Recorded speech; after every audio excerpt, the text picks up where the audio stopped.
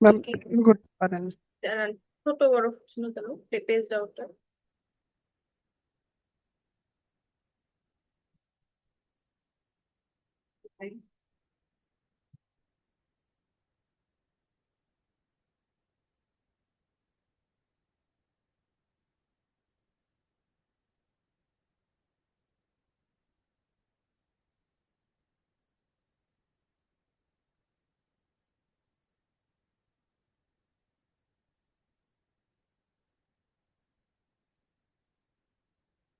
না, আমি যেটা স্ক্রিন নামাতে পারছি না।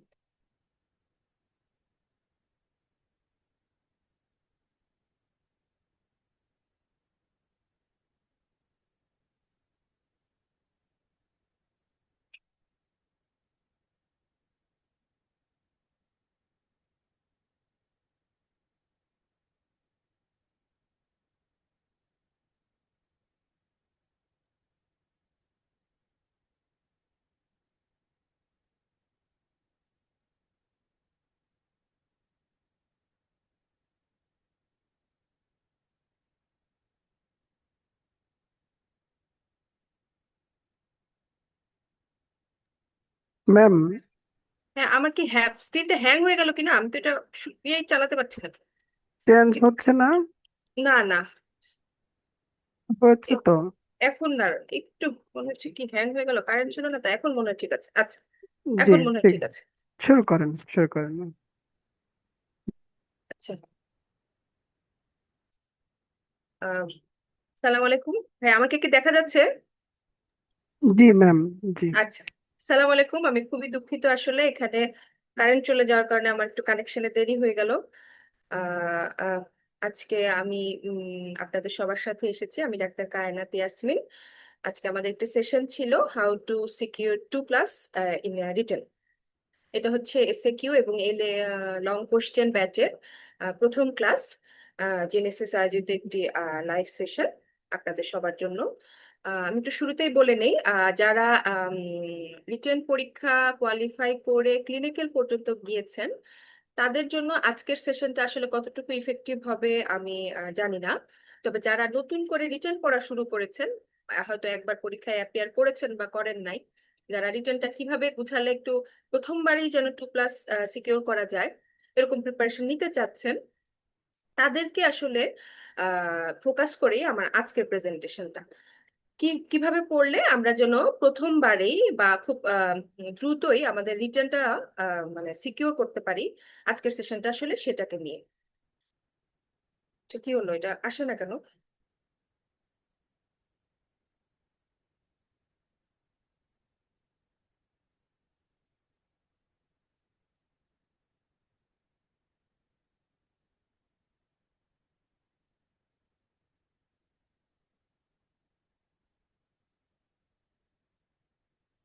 কি হচ্ছে, বারে হ্যাং হয়ে যাচ্ছে কেন? ম্যাম, আপনি স্ক্রিনটার উপরে ক্লিক করে তারপরে হচ্ছে ইয়ে করেন। স্ক্রিনটার উপরে একটা ক্লিক করে তারপরে হ্যাঁ, একটা ক্লিক নেক্সট। করলাম। আচ্ছা, হ্যাঁ। এখন মনে আসবে। আচ্ছা, তো শুরু করছি। সেটা হচ্ছে এফসিপিএস পরীক্ষায় আসলে যদি বলেন 50% মার্কস বা অর্ধেকটাই আসলে রিটেন, বাকি অর্ধেক আসলে আমাদের অসপি আইউই ক্লিনিক্যাল মিলে হয়। রিটেনের বাল্কটাই আসলে সবচেয়ে বেশি। আমি আমার হিসাবে মোটামুটি পুরা সিলেবাসেরই আসলে 50% কাভার করে রিটেন। যে কারণে রিটেনের জন্য সময়ও দিতে হয় বেশি, রিটেনের পড়ার পরিমাণও বেশি। এবং রিটেন যদি আপনি একবার কোয়ালিফাই করে যান বা একটা ভালো মার্কস নিয়ে কোয়ালিফাই করে যান, এই জন্য স্যাররা কিন্তু আপনাকে পরবর্তী একটা দুটো সেশনে সরাসরি ক্লিনিক্যাল বা হসপিটালে যাওয়ার সুযোগ দেন। এটার কারণটাও আসলে এটা, কারণ রিটেনে যখন প্রস্তুতিটা এতই এক্সটেন্সিভ, যেখানে একটা ভালো মার্কস তুললে স্যাররা ধরে নেন যে এই ক্যান্ডিডেটের এখানের প্রস্তুতিটা যথেষ্ট, বাকিটুকু হয়তো স্যাররা আপনাকে সরাসরি ওই দুইটা সেশনে যাওয়ার সুযোগ দেন।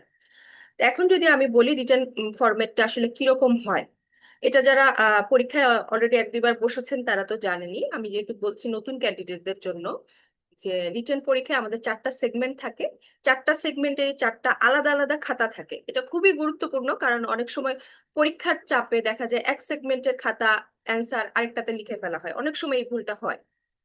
এই জন্য এই যে খাতা যে আলাদা থাকে, এই ব্যাপারটা মাথায় রাখতে হয়। প্রতিটা সেগমেন্টের মার্কিং আলাদা, এবং সাধারণত 1 নাম্বার সেগমেন্টে একটা লং কোয়েশ্চেন থাকে 25 মার্কসের, আর বাকি বি সি ডি এ হচ্ছে শর্ট কোয়েশ্চেন। এটারও আবার ছোট ছোট ভাগ থাকে। তো প্রত্যেকটা সেগমেন্টে যদি 15 বা এর বেশি পাওয়া হয় তাহলে সেটাকে আমরা 60% মার্কস বা 2+ বলি। এখন আমি বলি যে রিটেনের প্রিপারেশনটা আসলে কেমন হওয়া উচিত, বা প্রথমবার কেউ যদি মনে করেন যে আজকে থেকে আমি ফেলোশিপের জন্য পড়বো, আমার প্রিপারেশনটা আসলে কেমন হওয়া উচিত। আমি বলবো প্রিপারেশনটা আসলে একটা ব্যালেন্স প্রিপারেশন হওয়া উচিত। প্রত্যেকটা সেগমেন্টকেই আপনি গুরুত্ব দিয়ে পড়বেন, শুধু লং কোশ্চেন না, শুধু শর্ট কোশ্চেন না, কারণ প্রতিটা সেগমেন্টেরই আলাদা আলাদা মার্কিং হয়। আপনি একটা সেগমেন্টকে অনেক ভালো লিখলেন, আরেকটা সেগমেন্টে হয়তো 2+ কেন 1+ও উঠলো না, বা 8 বা 9-এর কম পেয়ে গেলেন, তাহলে কিন্তু ওভারঅল আপনার পাস মার্কসই আসা কঠিন হয়ে যাবে। এজন্য প্রতিটা সেগমেন্টই গুরুত্বপূর্ণ। সবচেয়ে গুরুত্বপূর্ণ যেটা আমি মনে করি আমাদের জন্য, আমরা যারা নতুন নতুন পড়ছি অথবা ধরেন একটা ক্লিনিক্যাল লাইনে আছি, আমাদের জন্য এই যে নন ক্লিনিক্যাল টপিকগুলি খুব বেশি প্যালাটেবল লাগে না, এগুলি আমাদের পড়তেও ভালো লাগে না। কিন্তু ক্লিনিক্যাল টপিক থেকে কোশ্চেন আসবে কি আসবে না এটার নিশ্চয়তা নাই, কিন্তু নন ক্লিনিক্যাল টপিক থেকে কোশ্চেন আসবেই। ডেভিডসনের প্রথম 5টা টপিক এবং লাস্টের যে 2টা চ্যাপ্টার আছে, এই চ্যাপ্টার থেকে কোশ্চেন আসবে, কারণ স্যারদের সিলেবাসেই থাকে। কাজে আপনি ওই চ্যাপ্টারগুলি কম পড়ে আসলে যদি পরীক্ষার হলে যান, এগুলি এমন চ্যাপ্টার যে এখান থেকে আপনি কিছু বানিয়েও আসলে লিখতে পারবেন না। ক্লিনিক্যাল চ্যাপ্টার থেকে কোশ্চেন যদি আসে, ওই সময় আপনার রিভিশন দেওয়া না থাকলেও আপনি আপনার কনসেপ্ট থেকে কিন্তু অ্যান্সার দিতে পারবেন। কিন্তু নন ক্লিনিক্যাল টপিক আপনি রিভিশন দিয়ে না গেলে বা না পড়ে গেলে আসলে খুবই কঠিন এখানে এই এই এই সেগমেন্টের অ্যান্সার দেয়া। এবং প্রতিটা সেগমেন্টই গুরুত্বপূর্ণ, ক্লিনিক্যাল সেগমেন্ট যেমন গুরুত্বপূর্ণ, এটাও গুরুত্বপূর্ণ, কারণ এটার মার্কসও আপনাকে ওভারঅল 2+ আনতে হেল্প করবে। কোন অবস্থাতেই এই ছোট টপিকগুলিকে ছোট করে দেখার কোনো সুযোগ নেই। এটা হচ্ছে আমার প্রথম কথা। এখন আমি যদি বলি যে রিটেনের প্রস্তুতি নিতে আসলে কতটুকু টাইম লাগে, বা আমার পার্সোনালি কতটুকু টাইম লেগেছিল, আমার মনে হয় 6 মাস আসলে একটা আনইন্টারাপ্টেড পড়ার দরকার। এটা রইস ভাইও বলেন, আর আমি আমি নিজেও এটা ফিল করি যে আপনি এর থেকে কম পড়লে আসলে আমার কাছে মনে হয় প্রস্তুতিটা আসলে শক্ত হয় না। মানে মিনিমাম 6 মান্থ আসলে আপনাকে রিটেনের জন্য দিতে হবে। এমন যদি হয় যে আমার আগে থেকেই পড়া গোছানো আছে, বা কিছু কিছু পরীক্ষা আমি বের করেছি, এমসিপিএস দিয়েছি, বা অন্য যে কোনো ফর্মে পরীক্ষায় আমি বসেছি, তাহলে হিসাব ভিন্ন। কিন্তু ফ্রেশ ক্যান্ডিডেটের জন্য 6 মাস, মিনিমাম 6 মান্থ, 1 বছর হলে আরো ভালো, এটার আসলে দরকার আছে আমার কাছে মনে হয়। আর আমার মেন্টর রইস ভাই কয়েকদিন আগের একটা সেশনেও বলেছেন যে আসলে আধো আধো করে কিছু হয় না। এই যে 6 মান্থ যদি আপনি প্রিপারেশনের টার্গেট নেন, এই টাইমটা আপনাকে সলিড এফোর্ট দিতে হবে। এই সময় আপনি নানান দিকে যদি এঙ্গেজমেন্ট রাখেন, আসলে খুবই কঠিন। মানে ইন্টারাপশন হলে পড়ায় মনোযোগ ধরে রাখা যেরকম কঠিন, প্লাস আসলে আমরাও তো মানুষ, আমাদের ফিজিক্যাল লিমিটেশনও আছে, বিভিন্ন দিকে এঙ্গেজমেন্ট থাকলে আসলে পড়াতে অতটা সময় দেওয়া যায় না। এই জন্য আমি বলবো, যদি আমার টার্গেট থাকে আমি নেক্সট জানুয়ারিতে বসবো বা নেক্সট জুলাইতে বসবো, আমার একটা আনইন্টারাপ্টেড সলিড প্রস্তুতি থাকতে হবে মিনিমাম 6 মান্থ টু 12 মান্থস এর। এর কমের প্রিপারেশন নিলে আমার কাছে মনে হয় কিছু না কিছু গ্যাপ থেকে যাওয়ার একটা সম্ভাবনা আসলে থাকে। যদি আপনার আগে থেকে ভালো প্রস্তুতি থাকে, ভালোভাবে ডেভিডসন পড়া থাকে, তাহলে আসলে হিসাব ভিন্ন। আচ্ছা, এখন আমরা একটু ছোট আকারে বলি যে আসলে এফসিপিএস পরীক্ষায় কি অ্যাসেস করে স্যাররা, অ্যাসেসমেন্ট আসলে হয় কি কি সেগমেন্টে। এটা আমি সিলেবাস তো আছেই, একটা বিসিপিএস এর নিজস্ব সিলেবাস আছে, প্লাস স্যারদের সাথে যখন আমি কথা বলি বা স্যাররা যখন ইন্টারাক্ট করেন, যে পরীক্ষায় আসলে ওনারা এগুলি দেখেন, মডারেটর স্যাররা কি কি ফরম্যাটে আসলে আমাদেরকে অ্যাসেস করা হয়, কি কি জায়গায় আসলে আপনার নলেজটা জাজ করা হয়। 1 নাম্বার হচ্ছে, আপনি আমার দেশের যে ডিজিজ গুলি খুবই কমন, বা যে ডিজিজ গুলি আমরা মেডিকেল প্র্যাকটিসে বা মেডিসিনের প্র্যাকটিসে খুব ফ্রিকোয়েন্টলি পাই, এই ডিজিজ গুলি সম্পর্কে আপনার ইনডেপথ নলেজ আছে কিনা। যেমন আমি বাংলাদেশের মানুষ, টিবির একটা শব্দ আসলে বাদ দেওয়া যাবে না। টিবি নিয়ে ডিটেইলে পড়তে হবে, ডেভিডসনে যতটুকু আছে এটার বাইরে গাইডলাইনে দেখবেন টিবির জন্য কিছু এক্সট্রা ইনফরমেশন আছে। টিবি ইন স্পেশাল সিচুয়েশন এমন কিছু টপিক আছে, ড্রাগ রেজিস্ট্যান্ট টিবির রেজিম আছে, তারপর টিবির ইনভেস্টিগেশন নিয়ে দেখবেন গাইডলাইন এরকম কিছু পড়া আছে। আমি বলছি না একদম শুরু থেকে শেষ পর্যন্ত পড়তে হবে, বাট যেই জিনিসগুলি ক্লিনিক্যাল প্র্যাকটিসে আসলে লাগে সেই সম্পর্কে আপনার একটা ভালো ধারণা থাকতে হবে। টিবি, আমাদের ভাইয়ারা বলে যে টিবির একটা বর্ণ আসলে বাদ দেওয়া যাবে না, টিবি নিয়ে ভালো করে পড়ে পরীক্ষার হলে যেতে হবে। সিমিলার হচ্ছে ডেঙ্গু, এইবারের পরীক্ষাতেই আমাদের রিটেনে আসলে ডেঙ্গু নিয়ে কোশ্চেন এসেছিল, যেটা আমরা আসলে আশা করি না যে রিটেনে আসবে, ধরে নিয়েছিলাম যে হয়তো আইওই তে থাকতে পারে। এবং কোশ্চেনটা যদি আপনারা দেখবেন, যে কোশ্চেনটা ছিল ডেঙ্গুর প্যাথোফিজিওলজি। তার মানে স্যাররা আশা করেন যে আপনি শুধু ডেঙ্গুর ম্যানেজমেন্ট জানবেন এরকম না, ডেঙ্গুর আন্ডারলাইন কজ জানবেন, ডেঙ্গুর যে শক সিনড্রোমটা হচ্ছে এটার প্যাথোফিজিওলজি সম্পর্কে আপনার একটা সলিড ধারণা থাকবে। কারণ ডেঙ্গু আমার দেশের জন্য একটা খুবই কমন ডিজিজ এবং খুবই গ্রেভ ডিজিজ, এটাতে রোগী মারা যায় আপনি সঠিক সময় সঠিক ম্যানেজমেন্ট দিতে না পারলে। সেম হচ্ছে carcinoma lung, CKD, very common in medical practice. তারপর ধরেন আমরা tropical country, heat related illness, snake bite, মোটামুটি বর্ষার সিজনে স্নেক বাইট আসলে অনেক বেশি রোগী পাওয়া যায়। এবং স্নেক বাইটের ক্ষেত্রেও সেম, আপনি কোনটা ভেনোমাস স্নেক কোনটা নন ভেনোমাস স্নেক আপনি আইডেন্টিফাই করতে পারেন কিনা, বাইট বাইট বা রোগীর সিচুয়েশন দেখে তার অ্যান্টিভেনম লাগবে কি লাগবে না এই সম্পর্কে আপনার নলেজ আছে কিনা, অ্যান্টিভেনম একবার দিলাম, দেওয়ার পরে আবার রিপিট করতে হলে আমার কি কি জিনিস দেখে ডিসিশন নিতে হবে যে না এই রোগীর আরেকবার অ্যান্টিভেনম দিতে হবে। এই জিনিসগুলি দেখবেন এক সেশন পর পরই আসলে আসে। স্নেক বাইট নিয়ে স্যারদের কোশ্চেন বেশি আসার আমার কাছে মনে হয় আন্ডারলাইন কজ এটাই, যে আমাদের দেশে বর্ষার মৌসুমে অনেক বেশি স্নেক বাইটের রোগী পাওয়া যায়, বেশিরভাগই নন ভেনোমাস। আবার ভেনোমাস গুলি ঠিক টাইমে ম্যানেজমেন্ট না পেলে রোগী মারাও যায়। এই জন্য এটা নিয়ে আপনার একটা ভালো ধারণা আছে কিনা এটাও স্যাররা জানতে চান। তারপর দেখবেন অ্যানিমিয়া, ইয়াং ফিমেলের একরকম অ্যানিমিয়া, এল্ডারলি পেশেন্টের একরকম অ্যানিমিয়া, কিছু মেডিসিনের কারণে অ্যানিমিয়া হয়।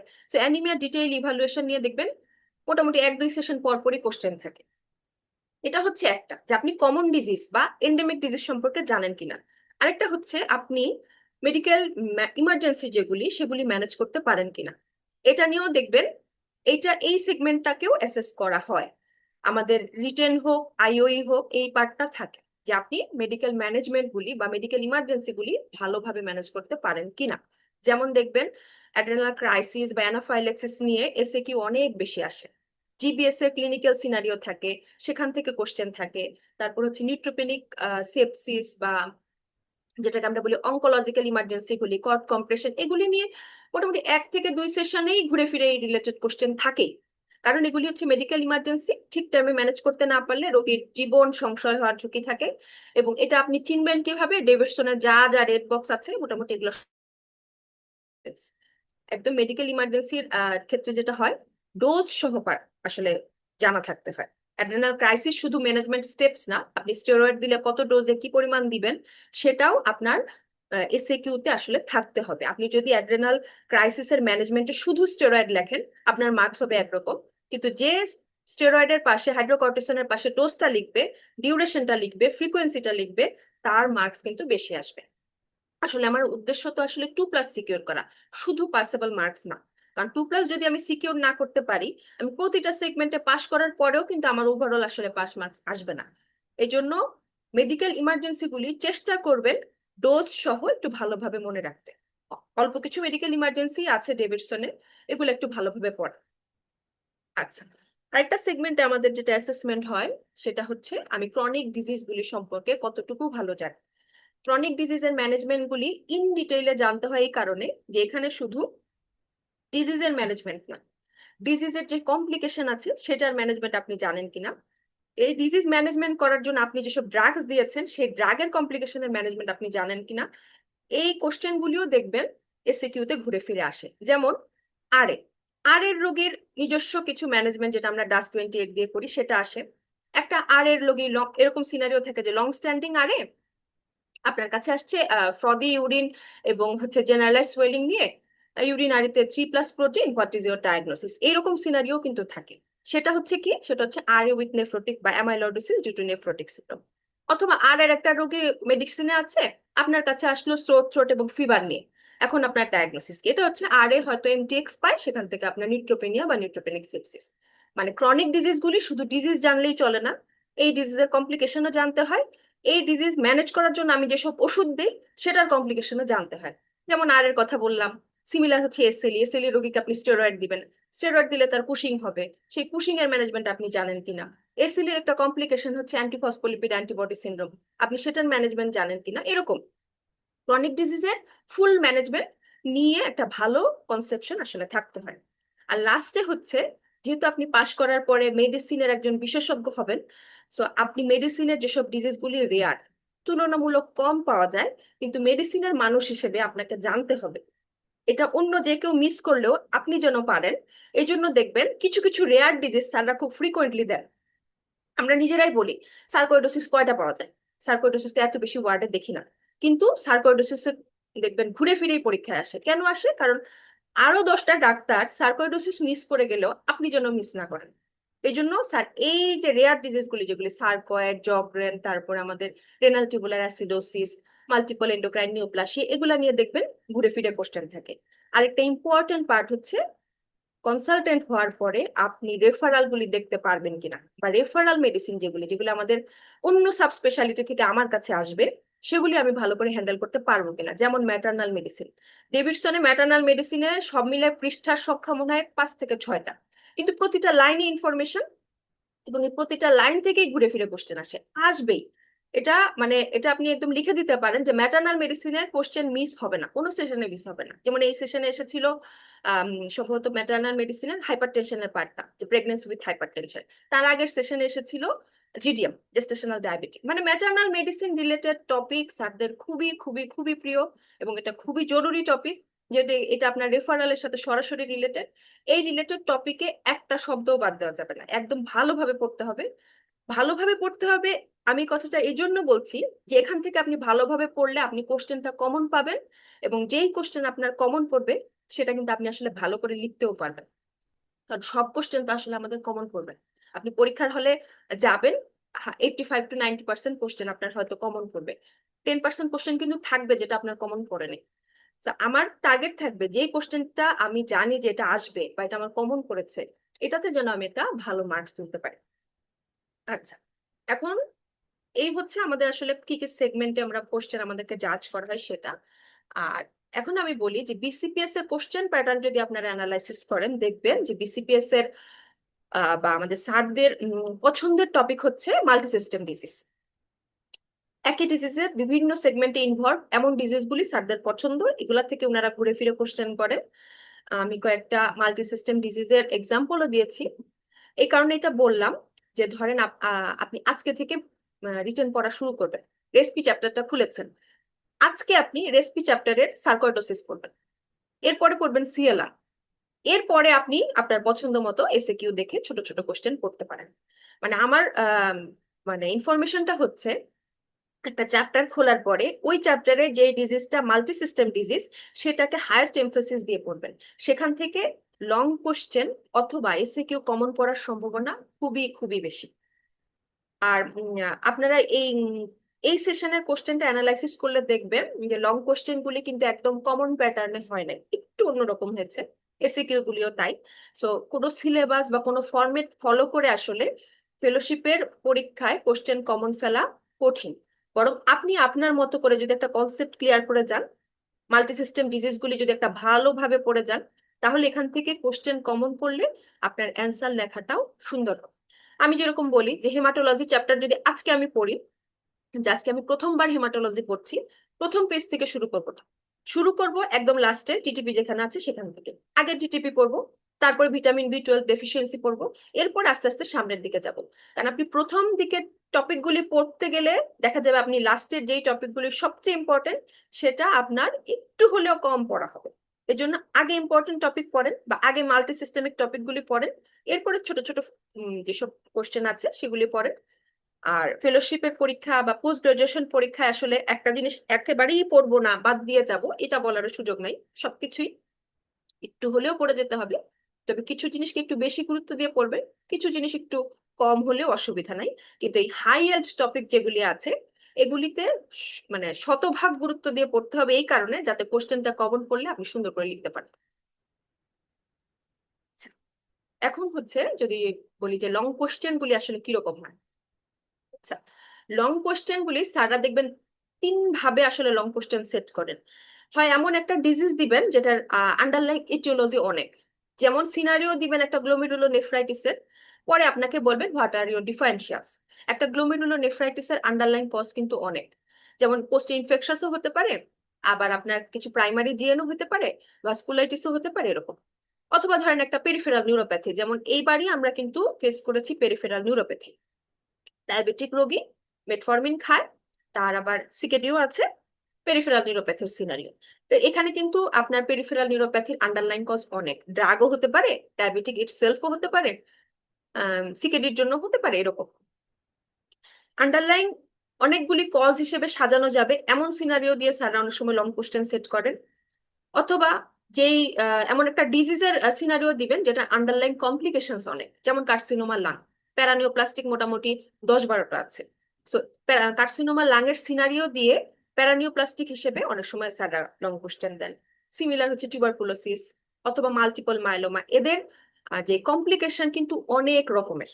এতে যেটা হয় কি, আপনার লেখার সুযোগ থাকে, সিমটম ইভালুয়েশনের সুযোগ থাকে বেশি। এটাও একটা ফরম্যাট, এই ফরম্যাটেও মাঝে মাঝে স্যাররা লং কোশ্চেন সেট করেন।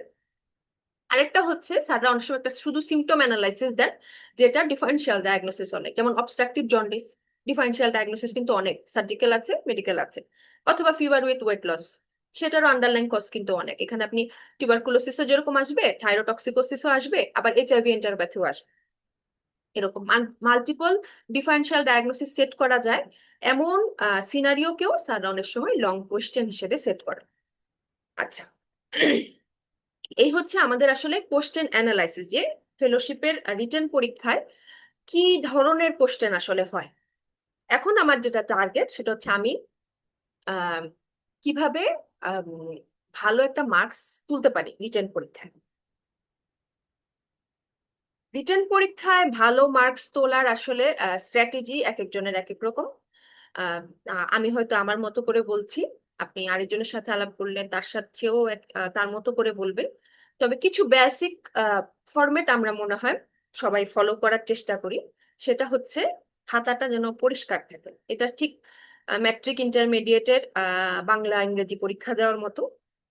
অ্যাট এ গ্ল্যান্স খাতাটা দেখে যেন একটু ভালো দেখা যায়, হাতের লেখাটা যেন একটু কাটাকাটি কম হয়, অথবা আপনার খুব বেশি ক্লামজি করে যেন না লিখি।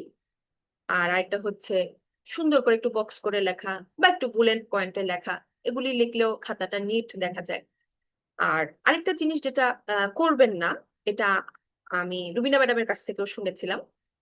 ম্যাডাম একবার বলেছিলেন, আমি বলেছিলাম যে ম্যাডাম রিটার্নে নাকি লিখে শেষ করা যায় না। তখন ম্যাডাম বললেন, কিভাবে শেষ করা যাবে, তোমরা এত অপ্রয়োজনীয় লেখালেখি করো, এগুলো লিখতে গিয়েই তো তোমরা আসলে আর সময় পাও। এই ধরনের পরীক্ষায় অপ্রয়োজনীয় লেনদেনিং এর দরকার নাই, যে আমার এসএ কিউটা 1 পৃষ্ঠায় শেষ হয়ে গেল, আমার তাহলে মনে হয় 1.5 পৃষ্ঠা বা 2 পৃষ্ঠায় লিখলে ভালো হতো। ব্যাপারটা সেরকম না। আপনি ইনফরমেশন দিয়ে যদি লেখেন, আপনার লেখা কতটুকু বড় হলো এটা আসলে খুব গুরুত্বপূর্ণ না। আপনি বরং অপ্রয়োজনীয় লেনদেনিং এর চেষ্টা করলে যেটা হয় কি, স্যাররা বিরক্ত হন। আর আরেকটা বিষয় হচ্ছে, যে কোনো এসএ কিউ বলেন বা লং কোশ্চেন বলেন বা হ্যাঁ, লং কোশ্চেনের ডিফারেন্সিয়াল ডায়াগনোসিস বলেন, যে ডেভিডসনের কিছু শব্দ যদি সরাসরি ইউজ করতে পারেন, ক্যাচি পয়েন্ট গুলি, তাহলে স্যাররা ধরে নেন যে ও বই পড়ে আসছে বা ও বই পড়েছে। এরকম ইমপ্রেশন একটা ক্রিয়েট হয়, যেটা আসলে ওভারঅল আমার মনে হয় একটা ভালো মার্কস ক্যারি করার জন্য হেল্প। আর আমার কাছে যেটা মনে হয়, এই বয়সে আসলে হাতের লেখাও চেঞ্জ করা সম্ভব না, আমরা আমাদের প্যাটার্নেই লিখবো।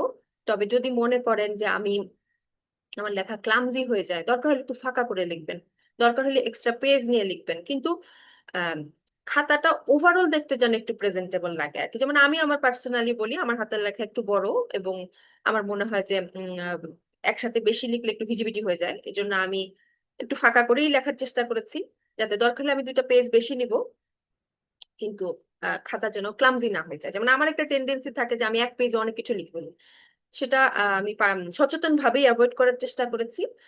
ইভেন ফাইনাল পরীক্ষাতেও একদম হয়তো বেল পড়ে যাবে আর 3 মিনিট বাকি ছিল, তখন আমার মনে হয়েছে একটা এক্সট্রা পেজ নিলে আমার লেখাটা একটু ফাঁকা হবে বা একটু ভালো দেখাবে। আমি ওই 2 মিনিট আগে একটা লুজ শিট নিয়েছি, স্যার অবশ্য দিতেও চাচ্ছিলেন না, বলছেন যে এখন আর কি লিখবা। আমি বললাম স্যার একটু হলেও লিখতে পারবো। তো ওইটুকু লেখাতে যেটা হয়েছে, আমার কাছে মনে হচ্ছে খাতাটা একটু নিট দেখা যায়, কারণ লাস্টের দিকে তো হাতের লেখা এমনি একটু খারাপ হয়ে যায়। আপনি আপনার মতো করে একটু সাজিয়ে লিখলে বা একটু ফাঁকা করে লিখলে খাতা পরিষ্কার দেখা যায়, খুব ছোট ছোট করে হিজিবিজি করে না লিখলেই মনে হয় ভালো।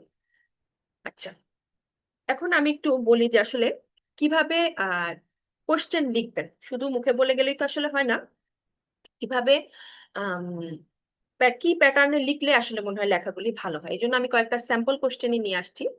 যেমন এটা আসলে এই জাতীয় কোশ্চেন বিসিপিএস এ অনেকবার এসেছে, এই জন্যই আসলে দেয়া।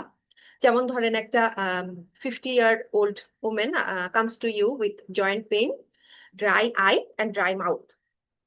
She also complains of weakness in the all four limbs. Examination reveals hypotonia with hyporeflexia. আচ্ছা, আমার মনে হয় যারা আছেন তারা সিনারিওটা দেখে হয়তো বুঝতে পারছেন যে এটা আসলে কিসের সিনারিও। কেউ কি নিজে থেকে এটার অ্যান্সার বলতে চান? Sjogren syndrome With with জি, hypokalemia, with with type hypokalemia, uterine 1 tubular RA acidosis. tuberculosis with with renal tubular hypokalemia. Acidosis. খুবই ভালো।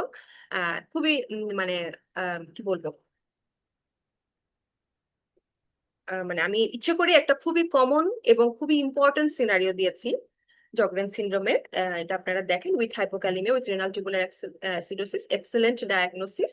এই যে পুরা ডায়াগনোসিসটা আপনি বললেন, অনেক সময় হবে কি আমি শুধু জগরেন বলেছি উইথ হাইপোক্যালিমিয়া, বা পরীক্ষার প্রেসারে Sjogren with renal tubular acidosis with হাইপোক্যালিমিয়াটা বলি নাই।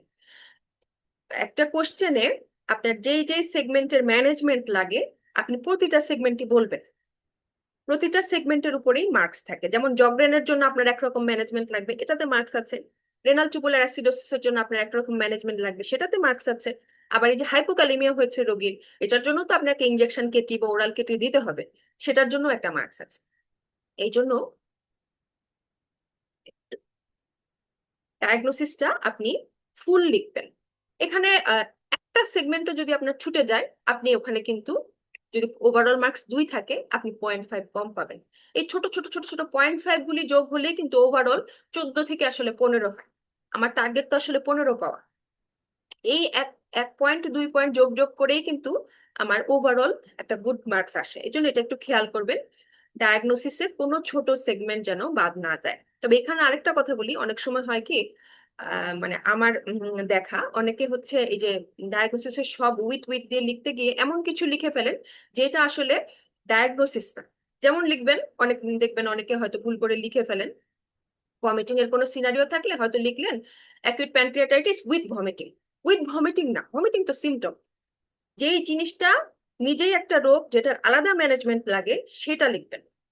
মানে সিমটমকে উইথ দিয়ে অ্যাড করাটা শোভন না। ওটাতে স্যাররা বিরক্ত হন, ওটাতে তো আসলে মার্কস থাকবেই না, বরং স্যাররা মনে করবেন যে ক্যান্ডিডেট ম্যাচিওর না। সো লেখার সময় একটু খেয়াল করে লিখবেন। আচ্ছা, এরপরে আমার কোশ্চেনটা ছিল এরকম যে আমি কি কি ইনভেস্টিগেশন করতে পারি উইথ রিলেটিভ ফাইন্ডিংস। এটা আমার মনে হয় আপনারা সবাই জানেন।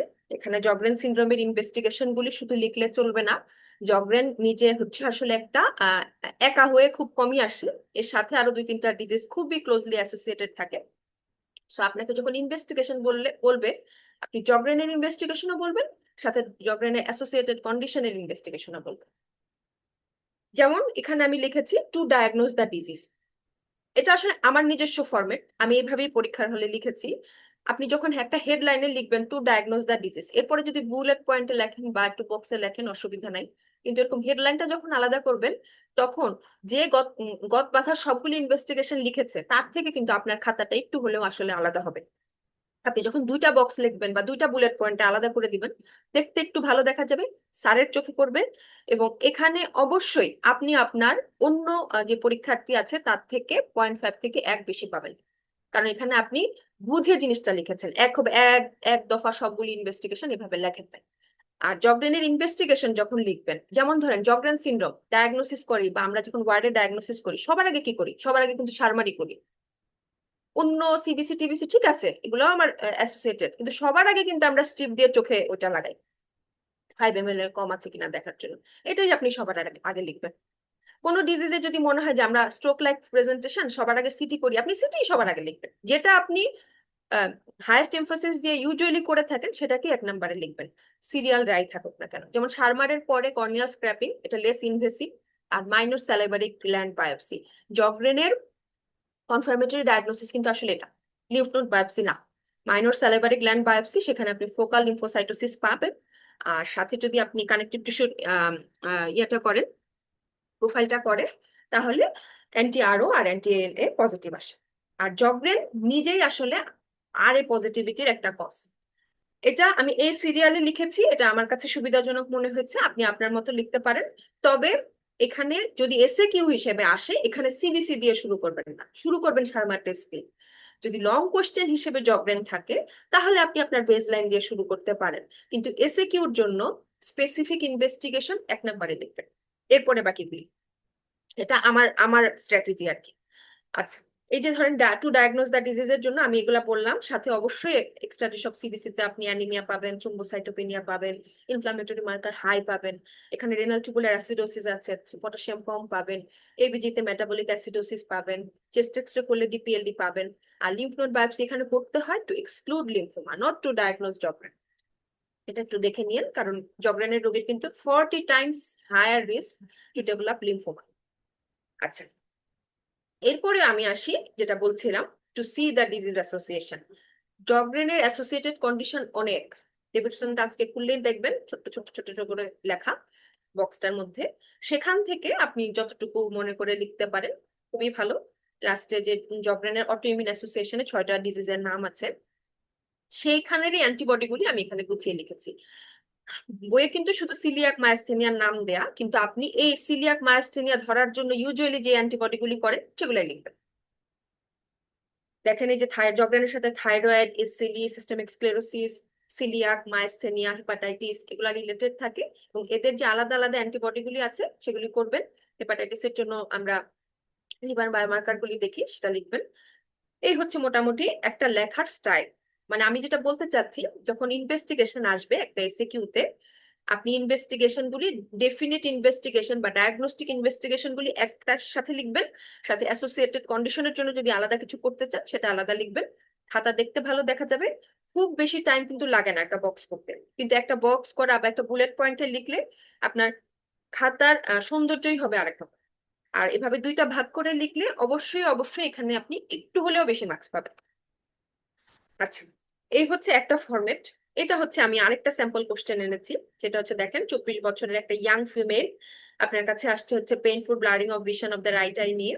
She also gave history of weakness of the left side of her body about 4 months back, which improved spontaneously. আমাকে একটু বলেন তো, এটা আসলে কিসের সিনারিও? আপনারা যদি কেউ পার্টিসিপেট করতে চান।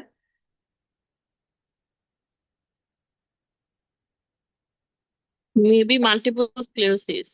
Yes, multiple sclerosis. খুবই মানে ক্লুগুলিও আমি সেভাবেই দেওয়ার চেষ্টা করেছি যাতে বোঝা যায় মাল্টিপল স্ক্লেরোসিস। রোগী এখন এসেছে আসলে একটা অপটিক নিউরাইটিস নিয়ে, আর রোগীর আগে একটা হেমিপ্যারেসিসের হিস্ট্রি ছিল। এরকম রিকারেন্ট নিউরোলজিক্যাল ইভেন্ট যেটা নিজে নিজে ভালো হয়ে যায়, সেটা মাল্টিপল স্ক্লেরোসিস।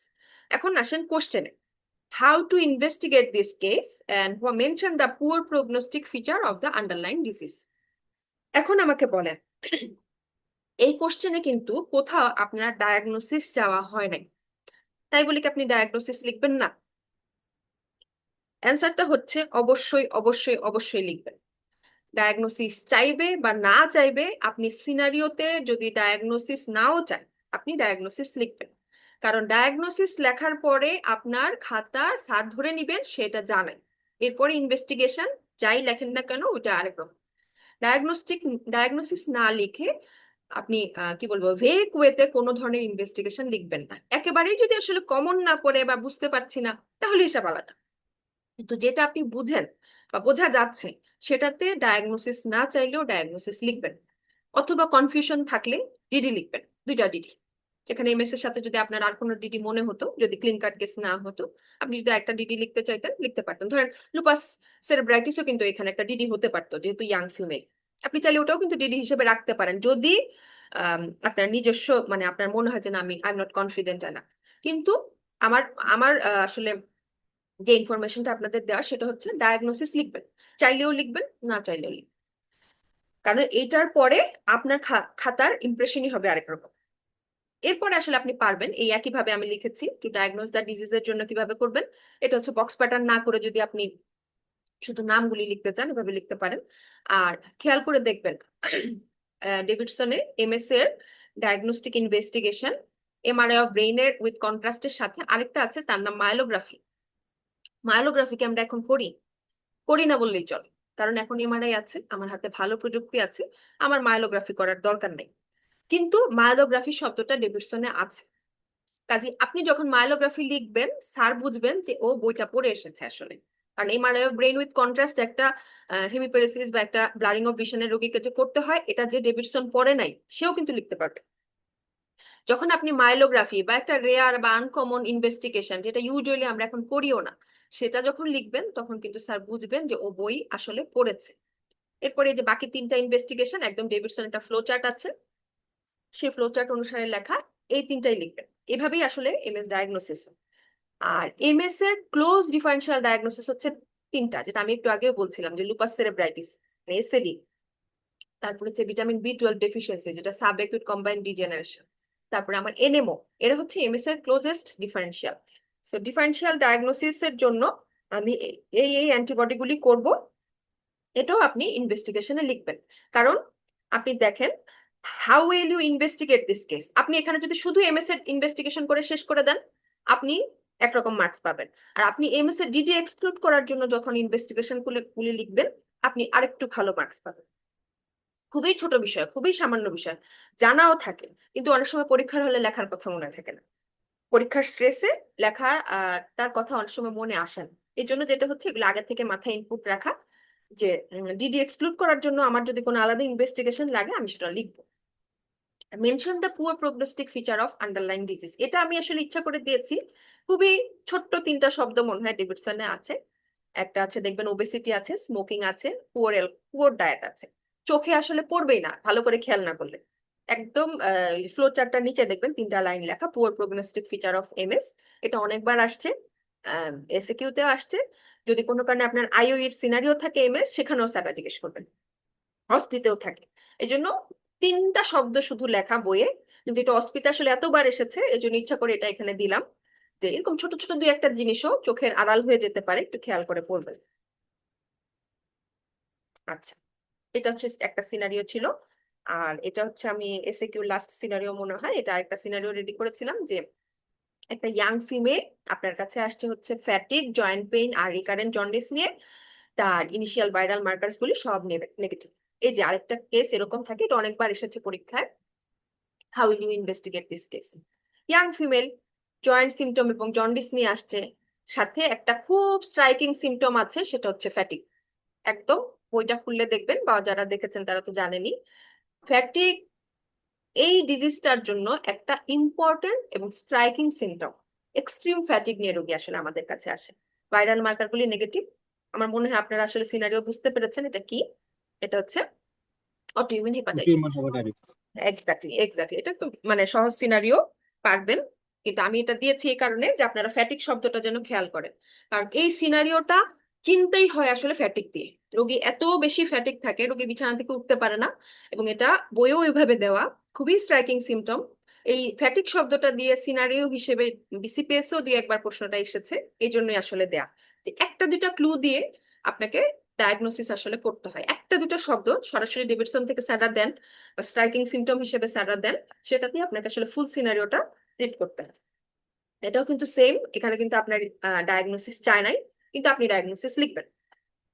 আচ্ছা, অটোইমিউন হেপাটাইটিসটা এই জন্য দিলাম, এটার কিছু 4টা বা 5টা সলিড ইনভেস্টিগেশন আছে, এইগুলাই লিখতে হয়। এখানে কোনো আপনার কম বেশি করার সুযোগ নাই, একটা কম লেখারও সুযোগ নাই। এই 5টা না 6টা ইনভেস্টিগেশন, এইগুলা একদম সুন্দর করে পড়া থাকতে হবে। কারণ অটোইমিউন হেপাটাইটিসের সিনারিও যদি আমার কমন পড়ে, আমার জন্য এই ইনভেস্টিগেশন গুলি মিস না হয়।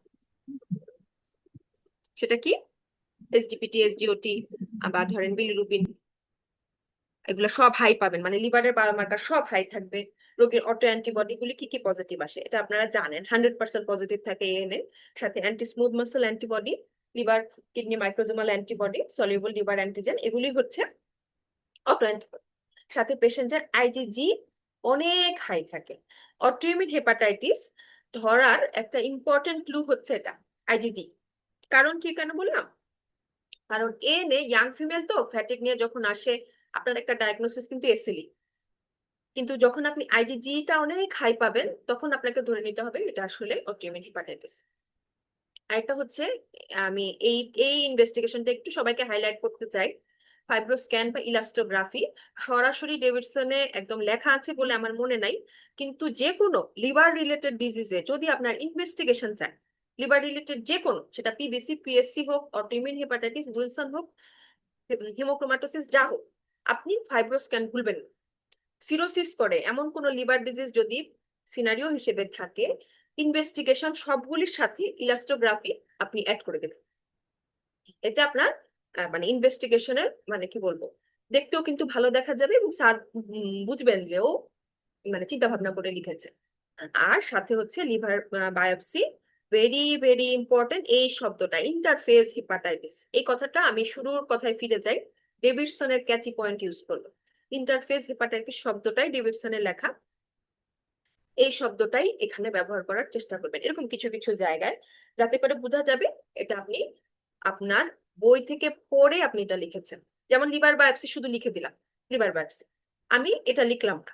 আর যে লিভার বায়োপসির সাথে এটা লিখলো, এটা আপনারাই বলেন, অবশ্যই সে আমার থেকে 0.5 হলেও বেশি পাবে। ইনভেস্টিগেশন গুলি খালি লিখে দিলাম, পাশে যে আইজিটি হাই আসে এটা লিখলাম না, এসজিপিটি, বিলিরুবিন এগুলো সব বেশি বেশি থাকবে, লিখলাম না। আর যে লিখলো তার থেকে কি আমি আমি অবশ্যই একটু হলেও কম মার্কস পাবো, সে আমার থেকে একটু হলেও বেশি মার্কস পাবে। পার্থক্যটা আসলে কি জানেন? পার্থক্যটা কিন্তু 0.5 এর, পার্থক্যটা সব মিলে 1 মার্কসের। এই 0.5 টু 1 কিন্তু আসলে 1+ থেকে 2+ হয়ে যায়। কাজে আমি আসলে বলবো যারা নতুন ক্যান্ডিডেট আছেন, নিজেরা মনে মনে প্রমিস করেন, ডায়াগনোসিস না চাইলেও আমি ডায়াগনোসিস লিখবো, ইনভেস্টিগেশন যখনই লিখবো সাথে অবশ্যই সেটা ইন্টারপ্রিটেশন লিখবো। আর যদি এমন কোনো ডিজিজ থাকে যেটা ডিফারেন্সিয়াল ডায়াগনোসিস আছে, আমি ইনভেস্টিগেশন আলাদা আলাদা করে লিখবো। ডিজিজ ধরার জন্য ইনভেস্টিগেশন লিখবো, তারপর ডিজিজের ডিডি এক্সক্লুড করার জন্য ইনভেস্টিগেশন আলাদা করে লিখবো। আচ্ছা, এখন আমার যেটা ছিল, আমি আবার কোশ্চেন একটু ফিরে যাই। দেখেন কোশ্চেনে আরেকটা ছিল মেনশন দ্য ট্রিটমেন্ট অপশন। আপনি দেখবেন বিসিপিএস এর বেশিরভাগ কোশ্চেন এভাবেই লেখে, একটা ট্রিটমেন্ট অপশন দাও, ইনভেস্টিগেশন লেখো, কিচ্ছু কিন্তু লিখবে না ডেফিনেট ইনভেস্টিগেশন না প্রাইমারি সেকেন্ডারি, কিচ্ছু লিখবে না, আপনাকে খালি লিখে দিবে ট্রিটমেন্ট অপশন লেখো। এখন এইখানে আপনি এটা কতটুকু সুন্দর করে লিখছেন সেটাতে হচ্ছে আপনার মার্কস। যেমন আমি এই কোশ্চেনটাতেই আপনি অ্যান্সারটা, ট্রিটমেন্ট যখন চাইবে আপনি এইভাবে লিখবেন। সবাই জানে অটোইমিউন হেপাটাইটিসে স্টেরয়েড দিতে হয়, এরপরে কি, তাই না? স্টেরয়েড দিলাম, তারপরে কি? এই যে অ্যাক্টিভ ডিজিজ যখন আসবে আপনি স্টেরয়েড দিবেন, সাথে অ্যাজাথিওপিন দিতে পারেন। মেইনটেনেন্স কি আপনি স্টেরয়েড দিয়ে করবেন? না, কারণ এটা একটা ক্রনিক ডিজিজ, এর লং টার্ম ম্যানেজমেন্ট লাগে, এবং এই ডিজিজটার high tendency to relapse and flare, অনেকটা সময় ধরে রোগীকে একটা ইমিউনোসাপ্রেসিভ দিয়ে রাখতে হয়। সেটাকে আমি স্টেরয়েড দিয়ে দিব? অবশ্যই না, রোগী তো কুশিং ডেভেলপ করবে। তাহলে আমার অপশন কি? এটা ডেভিডসনে লেখা, maintenance is usually done with azathioprine. তারপরে দেখেন রিফ্রেক্টরি কেসে অ্যাজাথিওপিনও কাজ করে না, প্রেডনিসোলনও কাজ করে না, তখন কি দিবেন? দিবেন ট্যাক্রোলিমাস। তিনটা কথাই ডেভিডসনের কথা। এখন ধরেন এই একই ট্রিটমেন্ট কেউ একজন লিখলো, ম্যানেজমেন্ট বা ড্রাগ ট্রিটমেন্ট কি? স্টেরয়েড, অ্যাজাথিওপিন, শেষ। আর আপনি লিখলেন কি? অ্যাক্টিভ ডিজিজ এভাবে করব, মেইনটেনেন্স এভাবে করব, রিফ্রেক্টরি হলে এভাবে করব, এবং রোগীকে ফলো আপ করবো আইজিজি আর এসজিপিটি দিয়ে। মার্কস তফাৎ হবে কি হবে না আপনারাই বলেন? হবেই। একটা যখন ম্যানেজমেন্ট বলে তখন আপনি যদি এই রোগীর কোনো স্পেশাল ফলো আপ থাকে আপনাকে সেটা লিখতে হবে, এটা এসএ কিউ হলেও লিখতে হবে, লেখাটা ভালো, কারণ এটাতে আপনার যদি এখানে 2 মার্কস বা 2.5 মার্কস থাকে আপনি 1.5 থেকে 2 কিন্তু পাবেন। আর যে শুধু স্টেরয়েড লিখবে, শুধু প্রেডনিসোলন লিখবে, সে আপনার থেকে কম মার্কস পাবে। এই ফরম্যাটটা দেওয়ার আমার উদ্দেশ্য হচ্ছে আপনি ডেভিডসন যখন পড়বেন এইভাবেই পড়বেন, যে অ্যাক্টিভ ডিজিজে এটা দিতে হয়, মেইনটেনেন্সে এটা দিতে হয়, রিফ্লেক্টরি হলে এটা দিতে হয়।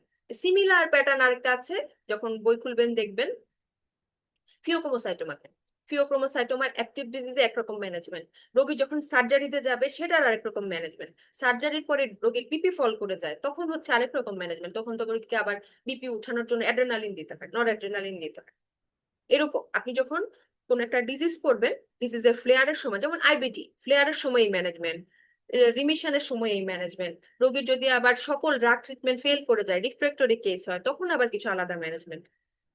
পড়ার সময় ম্যানেজমেন্টটা একটু আলাদা করে দেখে পড়বেন, এইটাই আপনার পোস্ট গ্রাজুয়েশনের পড়া।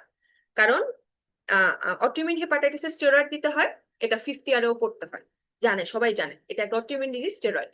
কিন্তু আপনার সাথে অন্য জুনিয়র ডক্টরদের তফাৎ হবে এখানে যে আপনি জানেন রিফ্লেক্টরি কেসে ট্র্যাক্টোলিমাসও দেওয়া যায়। ঠিক আছে, এই জন্য আমি আসলে এই স্লাইডটা দিয়েছি। আচ্ছা, এই হচ্ছে আমার তিনটা আসলে এসিকিউর স্যাম্পল কোশ্চেন ছিল। আমি আসলে একটু লেখার প্যাটার্নটা ধরিয়ে দেওয়ার চেষ্টা করেছি। দেখেন এখানে কিন্তু শুধু ওষুধের নামই লিখবেন। Active disease can be managed with steroid azathioprine, এই জাতীয় লাইন লম্বা করবেন না। লাইন লম্বা করলে যেটা হবে আপনার এখানে 1 সেকেন্ড হলেও বেশি সময় লাগবে, সেটা আপনার দেখা যাবে অন্য আরেকটা কোশ্চেনের জন্য টাইম কম হয়ে যাবে। কারণ রিটেন পরীক্ষায় টাইম ম্যানেজমেন্ট একটি খুবই খুবই খুবই গুরুত্বপূর্ণ বিষয়। আপনি যদি অপ্রয়োজনীয় সময় নষ্ট করে ফেলেন একটা কোশ্চেনে, দেখা যাবে আরেকটা পারা কোশ্চেনে আপনি টাইমের অভাবে ভালো করে লিখতে পারবেন না। আচ্ছা, এবার আসি হচ্ছে ধরেন একটা লং কোশ্চেন যদি আসে, সেটাকে আমরা কি প্যাটার্নে লিখতে পারি বা কিভাবে লিখবো। যেমন এই দেখেন একটা, এটা মানে আমার নিজের বানানো কোশ্চেন, তবে এই ফরম্যাটেরই একটা কোশ্চেন সম্ভবত এই সেশনের আগের সেশনে লং কোশ্চেন হিসেবে এসেছিল। দেখেন, a 40-year-old smoker, কি পয়েন্ট হচ্ছে এখানে একটা smoker, come to you with gradual weight loss, low grade fever, haemoptysis, 3 মাসের হিস্ট্রি সাথে গত একদিন ধরে রোগীর হচ্ছে সেভারাল এপিসোডস অফ কনভালশন, তার ইনিশিয়াল ম্যানেজমেন্টে দেখা গেছে সোডিয়াম অনেক কম। তার মানে এবারের কনভালশনটা হয়েছে আসলে সোডিয়াম কম সিভিয়ার হাইপোনাট্রেমিয়ার জন্য। সাথে রোগীর ব্যাকগ্রাউন্ডে একটা খারাপ কিছুই নিশ্চয়ই আছে, যেমন হচ্ছে হিমোপ্টাইসিস ছিল, ওজন কমে যাচ্ছিল, জ্বর ছিল।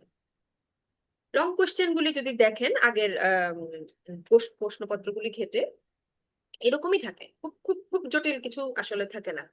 এবারে শুধু হেমাটোলজির কোশ্চেনটা মনে হয় অনেকের একটু অসুবিধা হয়েছে, বাট বেশিরভাগ ক্ষেত্রেই লং কোশ্চেন এরকম প্যাটার্নেরই থাকে যে আপনি অনেক অনেক কিছু ভাবার সুযোগ পাবেন। এখানে যখন আপনাকে বলবে how will you evaluate the patient, investigation চাইবে, লাস্টে হয়তো ম্যানেজমেন্ট চাইতে পারে।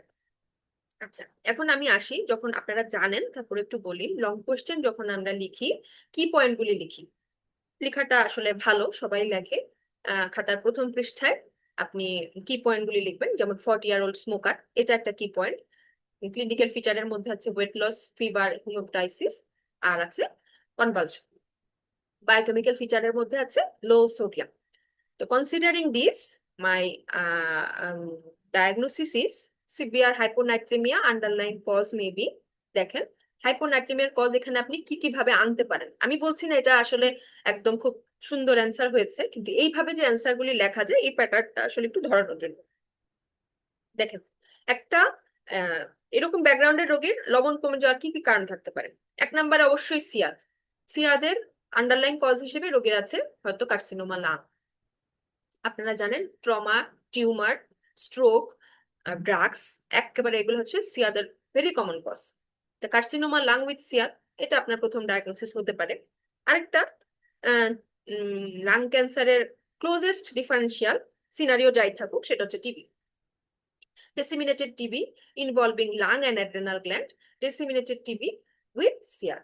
এখানে দেখেন আমি কিন্তু disseminated TB with lung and adrenal gland, adrenal gland কেন বললাম, কারণ অ্যাড্রেনাল ক্রাইসিস বা হাইপোঅ্যাড্রেনালিজমেও কিন্তু সোডিয়াম অনেক বেশি কমে যেতে পারে এবং সেখান থেকেও রোগীর কনভালশন হতে পারে। তাহলে আমি এখানে যদি বলি হাইপোনাট্রিমিয়ার কজ হিসেবে আমার মেইন কজ হচ্ছে আসলে দুইটা, একটা হচ্ছে অ্যাড্রেনাল ইনভলভমেন্ট আর একটা হচ্ছে সিয়াদ। সিয়াদের কজ হিসেবে আমার আছে ক্যান্সার এবং টিবি। এটা একটা ফরম্যাট বললাম যে এইভাবে আপনি আপনার মতো করে ডিডি লিখতে পারেন। ডিডি কিন্তু স্যাররা কখনোই কোশ্চেনে চায় না, খুব রেয়ারলি একবার দুইবার হয়তো চেয়েছে, এইবার চেয়েছিল। ডিডি কিন্তু আসলে স্যাররা চায় না, কিন্তু আপনি ডিডি দিয়ে আপনার লেখাটা শুরু করবেন, প্রফেশনাল দিয়ে শুরু করবেন, সাথে ডিফারেন্সিয়াল ডায়াগনোসিস লিখবেন। অথবা যদি মনে করেন কোনো ক্লিন কাট প্রফেশনাল আমি বুঝতে পারছি না, শুধুই ডিফারেন্সিয়াল দিয়ে লেখেন, কোনো অসুবিধা নাই। কারণ স্যাররা খাতাটা খুলে সবার আগে আপনি কিভাবে ডিডি সেট করেছেন এটা দেখেন। ডিডি সেট করার মধ্যে যখন ম্যাচুরিটি থাকে তখন আপনার প্রতি স্যারদের একটা আসলে আলাদা একটা ইমপ্রেশন তৈরি হয়, বা খাতাটা তখন স্যার আমার মনে হয় একটু মনোযোগ দিয়ে দেখেন। কিন্তু ডিডিতেই যদি একটু গন্ডগোল হয়ে যায় আসলে তখন কঠিন ভালো একটা মার্কস তুলে নিয়ে আসা। এরপরে যেটা ক্লিনিক্যাল ফিচার, ক্লিনিক্যাল ইভালুয়েশন, একদম ভালো একটা লং কেসের বই যদি খুলেন, অথবা লং কোয়েশ্চেনেরও বই আছে, সালে ভাইয়ের বই আছে, এরকম কিছু ভালো লং কোয়েশ্চেনের বইও সম্ভবত আছে, ওই বইগুলি থেকে দেখতে পারেন। অথবা যে কোনো লং কেসের বই, সিমটম অ্যানালাইসিসের বই থেকেও দেখতে পারেন। প্রত্যেকটা সিমটম আপনাকে ইভালুয়েট করতে হবে। যেমন এখানে আছে ওয়েট লস, ওয়েট লসের সিমটম অ্যানালাইসিসের ক্ষেত্রে intentional, unintentional, associated with polyuria, polydipsia, heat intolerance, measured, documented or not documented, এরকম ওয়েট লসের 3টা বা 4টা ক্লিনিক্যাল ইভালুয়েশন থাকে। এটা যখন আপনি যেই সিস্টেম পড়বেন ওই সিস্টেমের সাথে দেখে নিন। তারপর ফিভারের ক্ষেত্রে আপনার তো এখানে লো গ্রেড বলে দিয়েছে, ইন্টারমিটেন্ট, রেকর্ডেড টেম্পারেচার, অ্যাসোসিয়েটেড আর কোনো ফোকাল সিমটম আছে কিনা, যেমন cough, chest pain, burning sensation during micturition, abdominal pain, এরকম। হেমোপটাইসিসের সিমটম ইভালুয়েশন এটাও আপনারা জানেন, পরিমাণ কেমন, কতটুকু ছিল, কতদিন ধরে ছিল। এখানে যেমন টাইম দেওয়া আছে 3 মান্থ, সেক্ষেত্রে আপনি ডিউরেশনের পাশে টান দিয়ে লিখবেন 3 মান্থ। অ্যামাউন্ট লিখবেন, কালার লিখবেন, পেইনফুল, পেইনলেস লিখবেন, এরকম। তারপরে এই যে কনভালশনের সিমটম ইভালুয়েশন এটাও আপনারা জানেন, বইপত্রেই আছে। ফোকাল না জেনারেলাইজড, পোস্টিকটাল ফেস ছিল কিনা, আগে কখনো হয়েছিল কিনা, এরকম কয়েকটা কথা দিয়ে লিখলে চলে। এরপরে আপনার যেটা করতে হয়, other features that may clue the underlying diagnosis, যেমন এটা সিএ লাং, কিন্তু আপনার একটা ডিডি, এখানে আপনার অনেক কিছু আসবে, weakness in any part of the body, তারপর হচ্ছে আপনার জানি gradual pigmentation of the body, তারপর হচ্ছে আপনার difficulty in standing from sitting position মানে Lambert Eaton syndrome, frothiness in the urine, skin rash, এগুলো সব আসবে আপনার সিএ লাং এর ক্লিনিক্যাল ইভালুয়েশনের জন্য। টিবি যদি বলেন, টিবির সাথে আপনার যেটা লাগবে সেটা হচ্ছে কাফ তো দেওয়াই আছে, এখানে abdominal pain, alteration of bowel habit, contact with sputum positive TB patient, এরকম কিছু রিলেটেড সিমটম আপনাকে ক্লিনিক্যাল ইভালুয়েশনে আনতে হবে। আর যেটা করবেন সেটা হচ্ছে past illness, drug history, socio economic history, যদি মহিলা হতো প্রেগনেন্সি, অবস্টেট্রিক হিস্ট্রি, তারপর হচ্ছে আপনার ওই যে আমরা আরো যেগুলি বলি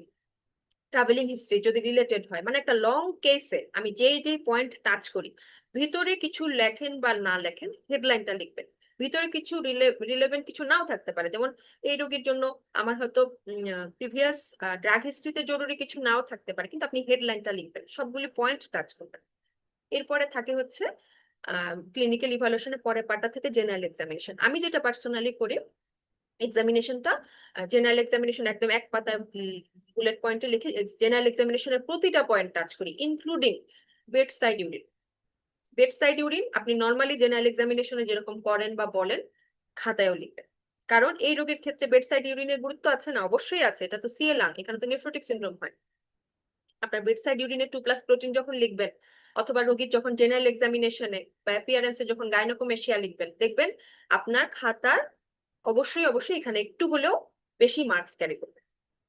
ফেস যদি দেন, যে কি বলে ইমাশিয়েটেড ফেস, গ্র্যাজুয়াল পিগমেন্টেড ফেস দেন, পিগমেন্টেড স্কিন দেন, স্কিনের এক্সামিনেশনে যদি স্কিন র্যাশটা লেখেন, পিগমেন্টেশনটা লেখেন, নোডিউল দেখেন, কারণ জানেন সিএ লাং কিন্তু স্কিনে মেটাস্টাসিস করে, সো স্কিন নোডিউল ব্যাকেটে যদি লেখেন কিউটিনিয়াস মেটাস্টাসিস, আপনার এই দুই একটা শব্দ, খুব বেশি কিছু না, এই দুই একটা শব্দই কিন্তু আপনাকে আরেকজনের থেকে খাতাটা আলাদা করবে। যেমন এই রোগীর ব্লাড প্রেশার লিখবেন যখন জেনারেল এক্সামিনেশনের part, blood pressure with postural drop, কারণ অ্যাড্রেনাল ইনভলভমেন্টে পস্টারাল ড্রপ হয়, সাথে সিএ লাং বা কার্সিনোমা লাং নিজেও কিন্তু অ্যাড্রেনাল গ্ল্যান্ডকে ইনভলভ করে, কারণ দেখবেন কার্সিনোমা লাং এর মেটাস্ট্যাটিক সাইটের মধ্যে অ্যাড্রেনাল গ্ল্যান্ডও আছে, কার্সিনোমা লাং নিজেই অ্যাড্রেনাল ফেলিওর করে। সো আপনি এখানে পস্টারাল ড্রপ যখন লিখবেন, স্কিন পিগমেন্টেশন যখন লিখবেন, বেড সাইড ইউরিনের প্রোটিন ইউরিয়া দেখতে চান সেটা যখন লিখবেন, আপনার খাতা দেখতে ভালো হবে, স্যারদের মনোযোগ আকর্ষণ করবে, মার্কস বেশি পাবেন আশা রাখি। এরপরে যেটা লাগে সেটা হচ্ছে আপনার ইনভেস্টিগেশন লেখার সময় অনেক সময় যেটা হয় কি, অনেক সময় একটু ভুলাই যায় আসলে ফার্স্ট লাইন কোনটা লিখবো বা সেকেন্ড লাইন কোনটা লিখবো, কিভাবে লিখবো। এসএকিউর সাথে লং কোশ্চেনের ইনভেস্টিগেশন লেখার তফাৎটা হচ্ছে, এসএকিউ একদম বিগিনার্স লেভেল থেকে শুরু করবেন, একদম শুরু থেকে বেসলাইন দিয়ে। রুটিন টেস্ট যেটা কম টাকা লাগে, যেটা লেস ইনভেসিভ, সেগুলোই আপনার ফার্স্ট লাইন টেস্ট, বুঝেন বা না বুঝেন এটা দিয়ে আপনার ফার্স্ট লাইন টেস্ট রেডি করে ফেলতে পারেন। যেমন আমরা নর্মালি সিবিসি, ইলেকট্রোলাইটস, ক্রিয়েটিনিন, হাবিজাবি যা যা করি এগুলো সবই লিখবেন। ক্লাসিক কোনো ফাইন্ডিংস থাকলে সেটা অবশ্যই অবশ্যই লিখবেন। যেমন টিউবারকুলোসিস যদি আপনি সিবিসি হিসেবে লেখেন, টিউবারকুলোসিসে কি কি হয় এটা ন্যাশনাল গাইডলাইনে আছে। টিউবারকুলোসিস হচ্ছে আপনার লিউকোসাইটোসিস করে, আবার লিউকোইরিথ্রোব্লাস্টিক ব্লাড পিকচারও করে। সো এরকম CBC, leukoerythroblastic blood picture, pancytopenia, leukocytosis লিখে টান দিয়ে লিখে দিবেন টিউবারকুলোসিস। আচ্ছা, তারপরে বেসলাইন কর্টিসল, যেমন এখানে আমার সিনারিওতে যেহেতু অ্যাড্রেনাল ক্রাইসিস একটা ডিডি ছিল, বেসলাইন কর্টিসল কিন্তু এখানে আপনার ফার্স্ট লাইন ইনভেস্টিগেশনেই আসবে। ফার্স্ট লাইন ইনভেস্টিগেশন সবচেয়ে কম দামি টেস্টগুলি দিবেন, যেগুলো রুটিনলি আমরা করি সেগুলো দিবেন। অবশ্যই ইনভেস্টিগেশনের পাশে ইন্টারপ্রিটেশন লিখবেন। আরেকটা জিনিস এখানে বলি, এই সিনারিওর উপরে ভিত্তি করেই বলি, কার্সিনোমা লাং বা টিউবারকুলোসিস যদি কোনো সময় আপনাকে লং কেসে লিখতে হয়, চেস্ট এক্সরে যখন আপনি লিখবেন, অবশ্যই চেস্ট এক্সরে ফাইন্ডিংস একটু ডিটেইলে লিখবেন। কারণ আপনারা ডেভিডসনটা খুলে দেখবেন একটা লাংসের ছবির চারপাশে একটা ক্যান্সারের পেশেন্ট কি কি ফর্মে আপনার কাছে আসতে পারে এরকম 8টা বা 9টা ফিচার দেওয়া আছে। হাইলার লিম্ফ নোড আছে, প্যারাট্রাকিয়াল লিম্ফ নোড আছে, তারপরে হচ্ছে কি ফ্রেনিক নার্ভ প্যালসি আছে, কনসোলিডেশন আছে, ইফিউশন আছে, তারপরে আমার মনে হয় রিবিরোশন আছে। এরকম 6 থেকে 7টা পয়েন্ট দেওয়া আছে। আপনি 6-7টা লিখতে পারেন বা না পারেন, 2-1টা স্ট্রাইকিং পয়েন্ট লিখবেন। যেমন হাইলার স্ল্যাশ দিয়ে paratracheal lymphadenopathy, phrenic nerve palsy, rib erosion, features of consolidation, collapse or effusion টান দিয়ে লিখবেন কার্সিনোমা লাং। যে লিখবে কনসলিডেশন বা ক্যাভিটি শুধু লিখলো, আর যে লিখলো যে with phrenic nerve palsy, rib erosion, paratracheal hilar lymphadenopathy টান দিয়ে যে লিখবে কার্সিনোমা লাং, তার মার্কস ডেফিনেটলি বেশি আসবে। শুধু ক্যাভিটি বা শুধু কনসলিডেশন, শুধু মাসলেশন লিখলেন, আরেকজন একটু বেশি লিখলেন, যে বেশি লিখেছে সে বেশি মার্কস পাবে, কারণ সে হুবহু বই থেকে লিখেছে। এবং স্যাররা কিন্তু আসলে খাতা পড়তে গেলেই মনে হয়, আমার মনে হয় বুঝতে পারেন যে কে এটা কনসেপশন থেকে লিখেছে আর কে এটা পড়ে এসে লিখেছে। একই টিভিরও কিন্তু দেখবেন চেস্ট এক্স এর কিছু ফিচার আছে, ক্যাভিটারি লেশন, আপার লোব ফাইব্রোসিস, এরকম এরকম কয়েকটা কথা আছে, ইফিউশন, সেটা লিখে পাশে লিখবেন টিভি। তাহলে বোঝা যাবে কি আপনি এটা লেখার জন্য লিখেছেন এরকম না, আপনি এটা জানেন, বুঝেন, কি কি খুঁজবেন চেস্ট এক্স রেতে সেটা জানেন বলে আপনি লিখেছেন। আচ্ছা, এরপরে আমরা আসি, ফার্স্ট লাইন তো বলে ফেললাম, কম দামি টেস্ট, রুটিন টেস্ট, এগুলাই ফার্স্ট লাইনে লিখবেন। সেকেন্ড লাইনে যেমন এই রোগের ক্ষেত্রে যেহেতু লবণ কম, সোডিয়াম কম, এমন একটা সিনারিও ছিল, এই রোগের ক্ষেত্রে আপনি অনেক কিছু লিখবেন, ক্যান্সার ধরার জন্য স্পুটাম টুটাম এগুলো সবই লিখবেন। এক্সট্রা আপনার এই ইনভেস্টিগেশন গুলি যেন বাদ না যায়। আপনি সিয়াদ ধরার জন্য আমরা যা করি, সিয়াদ আমাদের ধরতে হলে অসমোলারিটি গুলি করতে হয়, ইউরিন এবং প্লাজমার সাথে পেশেন্টের ইউরিনারি এক্সক্রিশন অফ সোডিয়াম দেখতে হয়, 30-এর বেশি থাকে। সো সিয়াদের জন্য আমার যে স্পেশাল কিছু ইনভেস্টিগেশন আছে সেটা যেন বাদ না পড়ে। যে কোনো সিনারিওতে হাইপোনাট্রিমিয়া আছে বা সিয়াদ আপনার ডিডি, আপনি এই 3টা ইনভেস্টিগেশন ফটাফট লিখে দেবেন। আর যেহেতু আমার অ্যাড্রেনাল ক্রাইসিস একটা ডিডি, এখানে সিনাপথিনটা আসবে, এটাও কিন্তু স্পেশাল টেস্ট, এগুলা যেন মিস না হয়। যেমন এরকম ফরম্যাটের মতো আরেকটা আছে, ধরেন আপনার ইনভেস্টিগেশনে বা আপনার ডায়াগনোসিসে আপনার একটা ডিডি হচ্ছে এইচআইভি। এইচআইভি যখন আপনি লিখবেন ইনভেস্টিগেশনে, এইচআইভির সাথে আরো 2টা টেস্ট একদম সাথে সাথে লিখে ফেলবেন, সেটা হচ্ছে ভিডিআরএল, একটা হচ্ছে হেপাটাইটিস বি সি। কারণ এগুলো সবগুলোই এসটিডি বা ব্লাড বর্ন ডিজিজ, যার একটা থাকে ধরে নেওয়া যায় যে তার বাকিগুলি হওয়ার সম্ভাবনা বেশি। সো আপনি ওগুলাও কিন্তু লিখবেন, এরকম কিছু প্যাকেজের মতো করে ইনভেস্টিগেশন রেডি করে রাখবেন, যাতে একটা লিখলে আমি বাকিগুলি লিখবো। সেম আমার আরেকটা রেডি করা ছিল, সেটা হচ্ছে ধরেন একটা রোগীর আপনি সিকেডি রোগী বা সিকেডি রোগী মেটাবলিক বোন ডিজিজ দেখতে চাচ্ছেন। মেটাবলিক বোন ডিজিজের 4টা বা 5টা ইনভেস্টিগেশন একদম solid, PTH, calcium, phosphate, vitamin বি12, ভিটামিন ডি, আর হচ্ছে এলপি, এরকম এরা 5টা একসাথে। যখনই আপনি পিটিএস লিখবেন বাকি 4টাও লিখে মেটাবলিক বোন ডিজিজের জন্য। এরকম কিছু প্যাকেজ প্যাকেজ করে যদি ইনভেস্টিগেশন রেডি করে রাখেন, তাহলে দেখবেন একটা লিখলে বাকিগুলি হাতের টানে অটো চলে আসবে, খুব বেশি ভেবে লিখতে হবে না। আচ্ছা, এই ছিল মোটামুটি আমার ইনভেস্টিগেশন গুলি। এবার যখন ম্যানেজমেন্ট আসবে, সিনারিওটা কিন্তু একটু খেয়াল করেন, এখানে একটা সমস্যা হচ্ছে অ্যাকিউট আর বাকিগুলি হচ্ছে তার ক্রনিক সমস্যা। এজন্য যখন ম্যানেজমেন্ট আসবে আপনি কিন্তু আলাদা করেই লিখবেন। অ্যাকিউট ম্যানেজমেন্টে এখানে হাইপোনাট্রিমিয়ার যে ম্যানেজমেন্ট সেটা আসবে। লং টার্ম ম্যানেজমেন্টে যেহেতু আপনার ডিডি হচ্ছে ক্যান্সার আর টিবি, তাদের আলাদা আলাদা ম্যানেজমেন্ট লিখবেন। যেমন এখানে TB drug plus plus minus steroid দিবেন। লাং ক্যান্সারে যখন কেমোথেরাপি লিখবেন, কেমোথেরাপির নামগুলি চেষ্টা করেন লিখতে। যেমন ডেভিডসনের 2-একটা নাম কিন্তু আছে, বেভাসিজুমাব, তারপর সিসিরোলিমাস, এরকম কিছু নাম আছে, নামগুলি লিখলেও চলবে। টিবি ড্রাগের জন্য টিবি ড্রাগের নাম লিখতে হবে এমনও না, অ্যান্টি টিবি ড্রাগ লিখলেও চলে। আর অ্যাকিউট ম্যানেজমেন্ট অবশ্যই সুন্দর করে লিখবেন, কারণ হাইপোনাট্রিমিয়ার ম্যানেজমেন্টটা কিন্তু এখানে খুবই গুরুত্বপূর্ণ, এটা চেষ্টা করবেন একটু সুন্দর করে লিখতে। যে সেম সিনারিও যদি অ্যাড্রেনাল ক্রাইসিস দিয়ে আসতো, আপনি অ্যাড্রেনাল ক্রাইসিসের ম্যানেজমেন্টটা কিন্তু সুন্দর করে লিখতে হবে। তারপরে হচ্ছে এখন এই যে ধরেন এই রোগী অ্যাড্রেনাল ক্রাইসিস বা অ্যাড্রেনাল টিবির রোগী, তাকে লং টার্ম কিছু কমপ্লিকেশন হয়, এই জন্য লং টার্ম স্টেরয়েড দিয়ে রাখতে হয়। সাথে এই 3টা point, monitoring, follow up, referral, কিছু বুঝেন না বুঝেন এই তিনটা কথা লিখবেন। ম্যানেজমেন্ট যখন লিখবেন, ম্যানেজমেন্ট একদম রেফারাল পর্যন্ত পয়েন্ট হিসেবে হলেও লিখতে হবে। রেফারাল যেমন এখানে আপনি কার কাছে পাঠাবেন, রেসপিরেটরি স্পেশালিস্টের কাছে পাঠাতে পারেন, অনকোলজিস্টের কাছে পাঠাতে পারেন, ইনফেকশাস ডিজিজ স্পেশালিস্টের কাছে পাঠাতে পারেন। সো ওইটা হবে আপনার রেফারাল। ফলো আপ কি, ফলো আপ আপনার যে ধরেন এক্সরে দিলেন বা যাই দিলেন বা কিছু লিখলেন না, খালি ফলো আপ পয়েন্টটা লিখলেন তাও চলে, কিন্তু এই প্রতিটা পয়েন্ট লেখাটা জরুরি। ম্যানেজমেন্ট যদি বলেন, ম্যানেজমেন্টে অ্যাকিউট ম্যানেজমেন্ট আলাদা লিখবেন, ডিজিজের ম্যানেজমেন্ট লিখবেন, কোনো লং টার্ম ম্যানেজমেন্ট থাকলে সেটা লিখবেন, মনিটরিং, ফলো আপ, রেফারাল, এই তিনটা পয়েন্ট যেন খাতায় থাকে।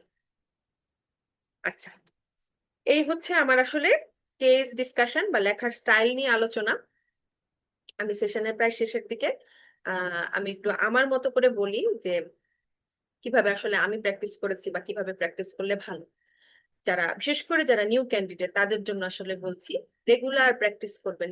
সেটা জেনেসিসে হোক, আপনার নিজস্ব কোনো আলাদা মেন্টরের কাছে হোক, অন্য কোথাও হোক, রেগুলার লেখার অভ্যাস করতে হবে। না হলে হবে কি, টাইমের মধ্যে আপনি আসলে লেখা শেষ করতে পারবেন না, খুবই কঠিন, খুবই কঠিন। জানা জিনিসও অনেক সময় লিখে আসা যায় না সময়ের অভাবে।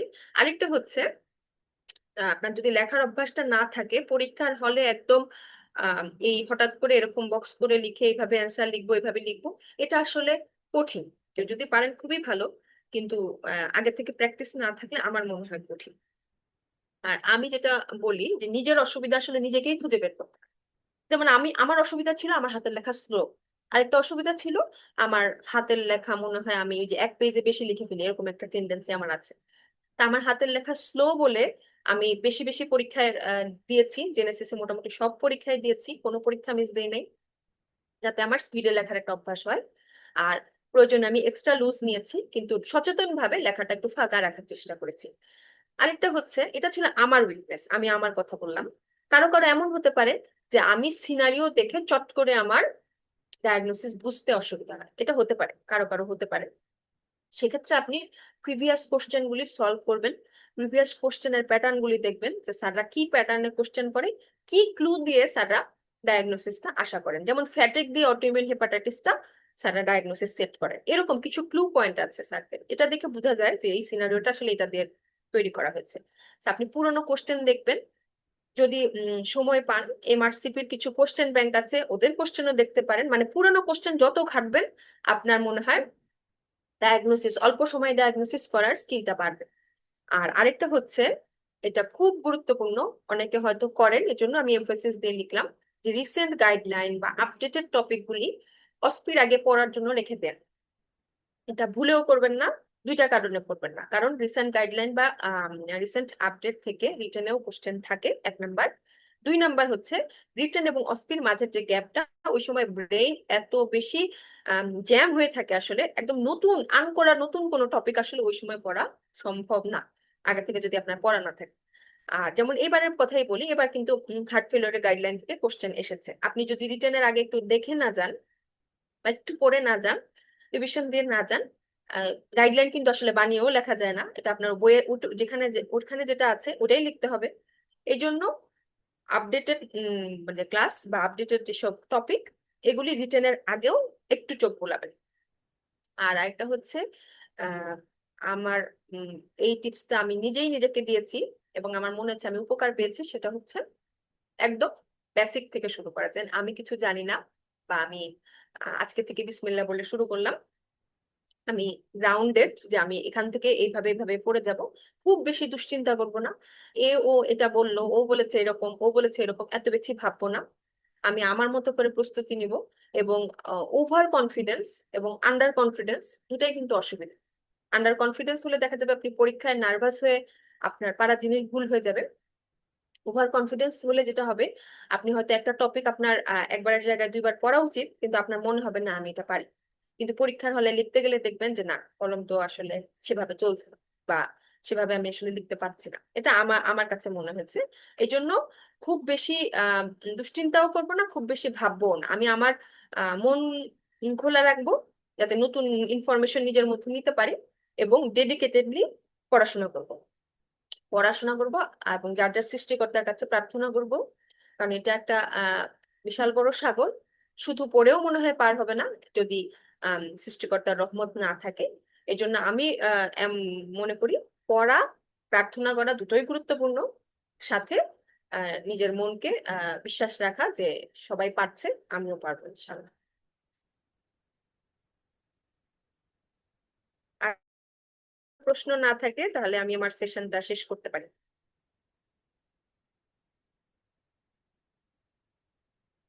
ভাই কে আছেন, জুলফিকার ভাই? জি ম্যাম আছে। যে সম্মানিত চিকিৎসক বৃন্দ, যদি কোনো বিষয়ে কোনো কোশ্চেন থাকে ম্যাডামকে করতে পারেন। পরীক্ষায় কিছু কিছু এমন মানে কোশ্চেন থাকে যেগুলো দেখে হচ্ছে মানে একটু হার্ড কোশ্চেন থাকে, যে ডায়াগনোসিস সহজে করা যায় না, বা দুই তিনটা মনে হয় যেখানে সরাসরি স্যাররা চায় হোয়াট ইজ ইউর ডায়াগনোসিস। এই ক্ষেত্রে কি টিপস অ্যাপ্লাই করবো, যে আমি ধরেন হয়তো আমার কমন পড়ে নাই, বা আমি বুঝতে পারতেছি না যে জি মানে আপু, একটা ডায়াগনোসিস এটা ডায়াগনোসিস, কি হবে। হ্যাঁ হ্যাঁ, ধরেন একটু আগে যেটা বললাম যে আপনার মাল্টিপল স্ক্লেরোসিসকে লুপাস সেরেব্রাইটিস মনে হতে পারে। এটা এটা আমি বলবো যে এই যে আপনি বুঝলেন যে আমি, আমার মনে হয় আমার ডায়াগনোসিস ধরতে অসুবিধা হচ্ছে, আপনি প্রিভিয়াস কোশ্চেন গুলি বেশি বেশি যদি দেখেন তাহলে দেখবেন যে স্যাররা একটা বা দুইটা কি পয়েন্ট রাখেন যেটা দিয়ে আসলে কোশ্চেনের অ্যান্সার বোঝা যায়। যেমন আম, এই যে প্যান, পলিআর্টারিটিস নোডোসা, এটা স্যারদের একটা প্রিয় টপিক, ঘুরে ফিরে অনেক ভাবেই দেন। অর্গান ইনভলভ ভাস্কুলাইটিস দিয়ে ধরে ফেলতে হয় যে এটা আসলে প্যানের সিনারিও। আর আমার কাছে পার্সোনালি, আমি জানি না এমআরসিপির কোশ্চেন ব্যাংক গুলি কখনো দেখেছেন কিনা, কিন্তু স্যাররা আমার কাছে মনে হয় ওইখান থেকেও অনেক সময় কোশ্চেন দেন। আমি আপনাকে এমআরসিপির বই পড়তে বলছি না, কিন্তু ওদের একটা প্যাটার্ন আছে, ওরা কিছু ক্লু পয়েন্ট দিয়ে কোশ্চেন সাজায়। বিসিপিএস এর স্যাররাও দেখবেন ওই পয়েন্টগুলি কিছুটা ফলো করেন, বিশেষ করে রিসেন্ট টাইমে আমার কাছে মনে হয়েছে। আর আরেকটা হচ্ছে, আপনি যখন অনেক পরীক্ষা দিবেন, সেটা জেনেসিসে হোক বা যে কোনো কোচিং সেন্টারে হোক, আপনি যখন পরীক্ষা দিবেন কোশ্চেন গুলিও ভাইয়ারা চেষ্টা করেন যে ওই ফরম্যাটেই সেট করতে। তো আপনি অনেক পরীক্ষা দিতে থাকলে আপনার একটা কনফিডেন্স অবশ্যই ইনশাল্লাহ ডেভেলপ করে যাবে। পুরোনো কোশ্চেন গুলি নিজে নিজেই ঘাটবেন, শুধু ফেলোশিপের প্রশ্ন না। আমি আবারও বলি, শুধু ফেলোশিপের প্রশ্ন দেখবেন না, মিড টার্মের কোশ্চেনও দেখতে পারেন। এমসিপিএস যখন হয় সেটার কোশ্চেনও দেখবেন। কিছু না, আজকে মিড টার্ম পরীক্ষা হয়েছে, কি কি কোশ্চেন আসছে একটু দেখি। যেমন মিড টার্মে এবার একটা কোশ্চেন ছিল হচ্ছে কেরি পয়জনিং। আমি তখন নিজেই পরীক্ষার্থী, তারপরে আমার একটু সময় লেগেছে কেরি পয়জনিং এর এটা যে কেরি পয়জনিং এটা ধরতে, আমার কাছে মনে হচ্ছিল প্যারাসিটামল। এরকম মিড টার্মের কোশ্চেনও তো আমাদের স্যাররাই আসলে করেন। তো আপনি হাতের কাছে যখন যে পরীক্ষা, ইভেন এই যে বিএসএমএমইউ যে ফেজ এ দের প্রশ্ন হয় বা ফেজ বি এর কোশ্চেন হয়, যখন যে কোশ্চেন হাতে পাবেন একটু দেখবেন, নিজে নিজে দেখে, ভুল হবে অসুবিধা নাই, কিন্তু দেখবেন যে কিভাবে স্যাররা কোশ্চেন সাজিয়েছেন। যত বেশি কোশ্চেন সলভ করবেন আমার কাছে মনে হয় যে আপু ডিডি রিলেটেড যেসব ইস্যুগুলি আছে সেগুলি একটু হলেও কমে আসবে। আর একেবারেই যদি মনে হয় যে না আমি ডিডি বুঝতেই পারছি না, ডায়াগনোসিস ধরতেই পারছি না, আপনি ডিডি হিসেবেও লিখে আসতে পারেন। আমার কাছে মনে হয় সেক্ষেত্রেও একেবারে কম মার্কস পাবেন এরকম না। থ্যাংক ইউ আপু। আচ্ছা, ঠিক আছে আপু। আর আর যদি আর কি কারো আপু প্রশ্ন আসসালামু আছে? আলাইকুম। জি ভাইয়া। জি আপু, সামনে তো 4 মাস প্লাস সময় আছে, এই সময় আমরা কি কি বই পড়লে আমরা প্রস্তুতি ভালো করে নিতে পারবো আপু? ভাইয়া একটু যদি আবার বলতেন কি। মানে এই সময়ে, সামনে তো 4 মাস প্লাস সময় আছে, এই সময় জি আমরা জি কি কি ভাইয়া। বই পড়লে, জি মানে ভাইয়া। কোন কোন বই পড়লে আমাদের প্রিপারেশনটা ভালো হবে? আচ্ছা আচ্ছা ভাইয়া, আমি আমি কি করেছি আমি একটু বলবো। আমি হচ্ছে আহ, আমার একটু নিজেরই ব্যক্তিগত লিমিটেশন, আমি ডেভিডসন ছাড়া অন্য বই তেমন ভালো পড়তে পারি নাই। কারণ ডেভিডসন হচ্ছে আমার চোখে ভাসে আর কি, যেটা হয় কি একটু বড় বড় পেজ দেখলে মনে হয় যে ওই জায়গায় এটা ছিল। আমি এই জন্য ভাইয়া খুব বেশি এক্সট্রা বই আসলে পড়তে পারি নাই। আপনার যদি আগের ডেভিডসনটাই তো নিশ্চয়ই পড়া আছে বা পড়া শুরু করেছিলেন, ভাই ওইটাই পড়েন। নতুন ডেভিডসনে শুধু নিউ ইনফরমেশন গুলি কি কি এসেছে ওইটুকু দেখে নিন। একদম ফুল বই চেঞ্জ করতে গেলে একটু ঝামেলা হয়ে যাবে। আর আমি লং কোয়েশ্চেনের একটা বই আছে সালে ভাইয়ার, ওটার ফরম্যাটটা দেখেছিলাম, এইভাবে এই ফরম্যাটে লেখা যায়, সেটা আপনি চাইলে দেখতে পারেন, অথবা অন্য কোনো বই যদি থাকে। আর লং কেসের যেসব বই থাকে, আব্দুল্লাহ স্যারের বই আছে বা আরো কিছু শঙ্কর স্যারের বই টই আছে মনে হয়, আমি আব্দুল্লাহ স্যারের বইটাই মেনলি দেখেছিলাম। লং কেসের বই থেকেও কিন্তু লং কোশ্চেনের আপনার ফরম্যাট বোঝা যায়, বা লং কোশ্চেনের ডিডি গুলি বোঝা যায়। আব্দুল্লাহ স্যারের যে লং কেসের যে বই, এটাও একটু খুলে দেখতে পারেন। তবে আমার একটা বই ছিল, সেটা ছিল আসলে ডেভিডসন। আমি অন্য কোনো নোট বই আসলে পড়তে পারি নাই, কারণ আমার আমার ব্যক্তিগত লিমিটেশনের জন্য। তবে আপনি যদি পড়েন, পড়তে পারেন, কোনো অসুবিধা নাই। অনেক নোটও বাজারে আছে, অনেক বড় ভাইয়াদের নোট। ওটাও যদি আপনার কাছে প্যালাটেবল লাগে পড়তে পারেন, তবে আমি ফটোকপি বেশি পড়তে পারি না, ওই যে একটু ক্লামজি মনে হয়। এই জন্য দেখা যায় ডেভিডসন যখন পড়েছি, ডেভিডসনের পাশে টিক চিহ্ন দিয়ে এটা এসে কিউ এভাবে লিখেছি, অথবা এটা অসপি এভাবে লিখেছি, টিক চিহ্ন দিয়ে এটা আইওই এভাবে লিখে রেখেছি, যাতে একবার পড়ার সময় ওই ওই জিনিসটা একটু চোখে পড়ে আর কি। এটা যার যার স্টাইল যেটা বলে। আর আগে ভাইয়া ডেভিডসন একটু ভালো করে পড়তে হবে আমার মনে হয়। যাই লেখেন না কেন ডেভিডসনের আলোকেই আসলে লিখতে হবে। আচ্ছা আপু আপু, আমাদের যে থ্যাংক নতুন ইউ আপু। এডিশন আসছে, তো এইটার মানে এখন আপু কি করব? পুরানো বইটা কি পুরাটা এখন কপি করে নতুন এডিশনে তুলবো, নাকি পুরানোটাই পড়ে? আপু মানে এই আমাদের ব্যাপারে কিন্তু একটু সাবধান হলে কিছু ভালো কিছু হতো। ক্লাস মনে হয় হচ্ছে what is new in Davidson, এরকম। আমার কাছে মনে হয় কি, আমি জানি না আপু আপনার কেমন মনে হয়, একদম পুরা বই বদলে গেলে কিন্তু আসলে অনেক ভয় লাগে, খারাপও লাগে। আমার কাছে মনে হয় যে চেনা বই পড়তে আরাম লাগে আর কি। আপনি চাইলে যদি এই সেশনের জন্য বলেন, আমি বলবো যে আপু নতুন ডেভিডসনের এক্সট্রা ইনফরমেশন গুলি আলাদা করে টুকে ওখানে জোড়া দিয়ে রাখতে পারেন, কিন্তু বই একদম বদলে ফেললে মনে হয় একটু কঠিন, আমার কাছে মনে হয় আর কি। আপু আমি একদম চ্যাপ্টার পড়া শুরু করছি, আমার কাছে একদম মনে হয় যে পড়া মানে মাথায় ঢুকে না। আমি নতুন আপু বইটা খুলে এরকম নিউরোলজি মনে হয়। চ্যাপ্টার খোলার পরে, আমি তো মাত্র মাত্র শেষ করেছি, নিউরো খোলার পরে আমি দেখি যে আমি ডেভিডসন চিনতে পারছি না, কারণ স্ট্রোকের অংশগুলি নিউরোতে ঢুকিয়ে দিয়েছে, তো আমার মনে হচ্ছে আমি তো পেজই চিনতে পারছি না, ইনফেকশাস পার্টটা চলে গেছে অনেক পিছনে। তা আপু আমি বলি মাথা গরম করেন না, যে বই চেনা সেটা একটু রিভিশন দেন। আর এক্সট্রা এটা আসছে এটা আসছে এই আলাপ তো আসলে শুরু হয়ে গেছে, এটা তো ভাইয়েরা ক্লাসও নিচ্ছেন, ওইটুকু অংশ আপনি আলাদা করে অ্যাড করে নিন, বইটা পাশে রাখেন, কিন্তু পুরোনো বইটাই আসলে রিভিশন দেন। আমার কাছে মনে হয় ওটা বেশি সুবিধাজনক, কারণ 4 মাসে একদম ফ্রেশ একটা বই পড়া এটা ভীষণ মুশকিলের ব্যাপার। আর ভয় লাগবে তো, এই বই খুললেই তো আমার মনে হয় যে একটা ভীতিকর ব্যাপার, কোনো দাগানো নাই কিছু নাই, প্রতিটা পেজ আমার ফ্রেশ মনে হচ্ছে। এটার দরকার নেই, আপনি পুরানোটাই পড়েন। লাগানো নাই, এবং আমার পেজও চেঞ্জ হয়ে গেছে। পেজ চেঞ্জ মানে হয়ে গেছে মানে আমার তো মনে হচ্ছে এটা তো খুবই, এটা 1 বছর লাগবে আমার এটা আবার পড়তে যদি আমাকে বলা হয়। আপনি আপু পুরান বইটাই রিভিশন দেন, এক্সট্রা ইনফরমেশন গুলি শুধু একটু নোট করে রাখেন, ওটা একটু পেজের ভিতরে ভিতরে ঢুকান, আর পাশে রাখলেন নতুন বইটা যে এই জায়গাটা নতুন। আদারওয়াইজ একদম ড্রামাটিক কোনো চেঞ্জ কিন্তু হয় না, টুকটাক এতটুকু মনে হয় এক্সট্রা আপনি পড়তে পারবেন, পুরান বইটাই পড়েন ইনশাল্লাহ। থ্যাংক ইউ আপু। আমি জানি না আজকের সেশনে আসলে কতটুকু উপকার হলো, আমি আমার মতো করে চেষ্টা করেছি, আমি এইভাবে খাতায় লিখেছি এটা, আপনাদেরকে এই ইনফরমেশনটুকু দেওয়ার চেষ্টা করেছি। লেগে থাকেন আপু। আর কঠিন সময়, কিন্তু পাশ করে গেলে যখন পিছনে তাকাবেন তখন মনে হবে যে টোটালি ওর্থ ইট, আসলে এই পরিশ্রমের আহ ফল যখন আল্লাহ দিবেন তখন দেখবেন মনে হবে যে না ঠিক আছে, পরিশ্রমের একটা আসলে কষ্টের ফল মিঠাই হয়। এই জন্য সবাই লেগে থাকেন, সবার জন্য শুভকামনা ইনশাল্লাহ। থ্যাংক ইউ আপু। থ্যাংক ইউ ভাইয়া, থ্যাংক ইউ আপুরা। তাহলে আসসালামু ভাইয়া আলাইকুম। শেষ শেষ করছি। জি, থ্যাংক ইউ আপু, ভালো সেশন ছিল, ভালো হয়েছে, থ্যাংক ইউ। থ্যাংক ইউ ভাইয়া, আসসালামু আলাইকুম। জি ওয়ালাইকুম ম্যাম, আসসালাম। আমরা মনে হয় শেষ করতে পারি। জি, জি, একটু আসসালামু ক্লোজ করে আলাইকুম। দিবেন কি ভাইয়া, এই জি, ক্লোজও করতে আমি পারছি। ক্লোজ করে দিচ্ছি। হ্যাঁ, জি, thank thank you you. Thank you. আসসালামু আলাইকুম।